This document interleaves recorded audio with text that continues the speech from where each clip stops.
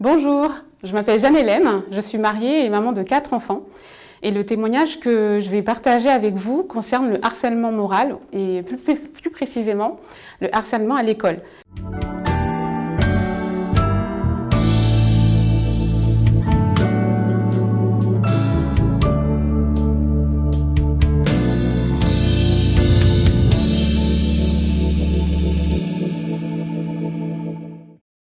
Pendant longtemps, j'ai eu un peu honte de cette période parce que j'étais vraiment très mal dans ma peau et cela a amené au fil des années beaucoup de complications avec mon rapport à l'autre, la communication. Et que ce soit dans le monde, à l'église, à l'école, enfin partout, je me suis dit que nous devrions comprendre que les combats physiques, émotionnels et spirituels se font en prière. J'ai longtemps cru qu'il y avait des réactions logiques à certaines situations, alors qu'en fait, il n'y en a qu'une seule. Et cette réaction, c'est la prière. Mon année de 5e, donc c'était au collège, a été très compliquée. J'ai mis longtemps à réaliser, mais aujourd'hui, je comprends que cette année-là a été vraiment déterminante pour la formation de mon caractère, mais aussi ma façon de voir la vie. Lorsque j'arrive en 5e, je suis nouvelle dans ma classe. Ma famille venait tout juste d'emménager l'été précédent. J'avais un peu peur et j'appréhendais beaucoup cette rentrée. Moi, je suis née en Guyane, en fait, et j'étais arrivée en métropole 2 ans plus tôt. Donc, ça voulait dire pour moi que le CM2, j'étais nouvelle, en 6e, j'étais nouvelle, et là, encore une fois, je me retrouve être la nouvelle encore. Donc, j'étais plutôt réservée, discrète, donc on peut imaginer que c'était très compliqué pour moi cette rentrée-là. Après donc, la répartition des élèves dans les classes, j'ai été contente et rassurée de voir qu'il y avait un élève qui était dans mon ancien collège. Et en fait, malheureusement pour moi, parce que je ne savais pas à ce moment-là, cet élève, peut-être pour vouloir s'intégrer ou se rendre intéressant, je ne sais pas, a décidé de me persécuter. Et donc pour lui, ça a été plutôt facile, puisque non seulement j'étais nouvelle comme lui, mais en plus de ça, j'étais en surpoids. Donc comme on peut s'en douter, au début, j'ai pas trop su comment réagir.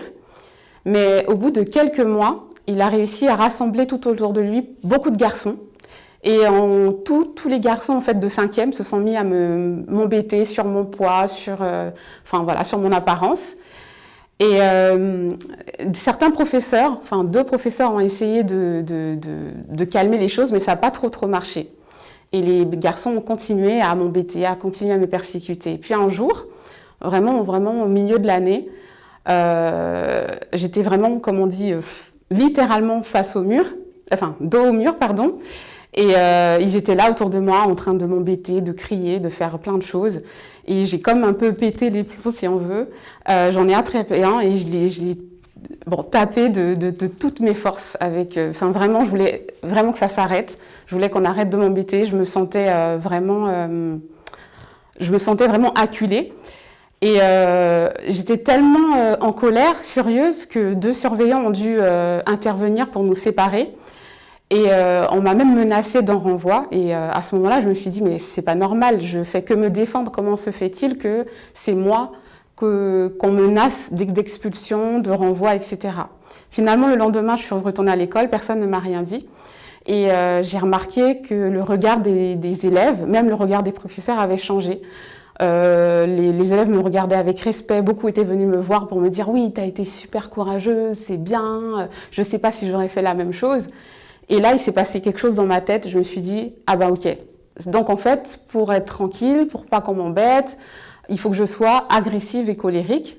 Donc, à partir de ce jour-là, je me suis dit, pas de façon claire et explicite, mais je me suis dit « Si j'attaque la première », ou en tout cas, si je suis en mesure de montrer que je suis prête à me défendre, eh ben on ne m'attaquera pas. Et pendant des années, pendant même très longtemps, j'ai été quelqu'un de très colérique, d'agressive. Mes amis, ma famille avaient marché sur des œufs avec moi, on ne savait pas trop comment me prendre, comment me parler.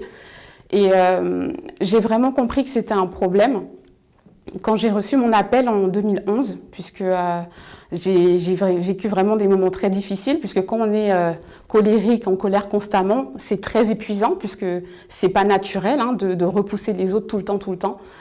Et à un moment donné, j'étais épuisée, fatiguée, et je me suis remis à Dieu et j'ai écouté son appel. Et j'ai remarqué tout de suite, après avoir répondu à son appel, que la première chose que j'ai eu envie de faire, c'est d'aller vers les autres, d'écouter, d'être en communauté, de me sentir entourée.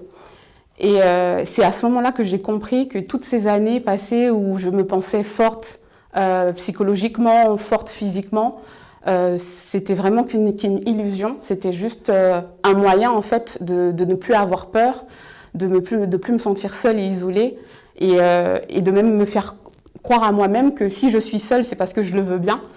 J'ai compris que tout ça, en fait, c'est pas de Dieu. Dieu m'a vraiment montré qu'il me tenait la main, qu'il ne voulait pas me lâcher. Et aujourd'hui, 8 ans après mon baptême, parce que je me suis baptisée en 2012, j'ai compris que, en fait, sur cette terre, dans notre état de pécheur, il nous est totalement impossible d'accomplir quoi que ce soit par nous-mêmes. Même le geste que j'ai fait n'était pas le bon geste, en tout cas, c'était pas la solution. Toute chose que l'on doit faire, on doit le faire en prière. Et à partir du moment où j'ai accepté que de moi-même, je ne pouvais pas faire les choses en réfléchissant avec ma sagesse, mais en me confiant en l'Éternel, c'est là que j'ai compris que la force de la prière, c'était tout. Et aujourd'hui, c'est l'expérience que je voulais partager avec vous parce que pour moi, Dieu, c'est mon Père. C'est vraiment un refuge et un appui et ça a vraiment pris un sens énorme pour moi. Et je comprends que c'est dans le calme et la tempête que sera ma force, comme le dit Ésaïe 30:15, parce que maintenant, quelle que soit la situation en fait, j'ai bien compris et j'essaie aussi de l'inculquer à mes enfants que la prière, ça doit être la première de toutes les réactions. Donc j'essaie d'inculquer ça à mes enfants. Et donc, c'est quelque chose qu'on essaye de faire au quotidien. Et maintenant, je peux dire, alors, venez le célébrer.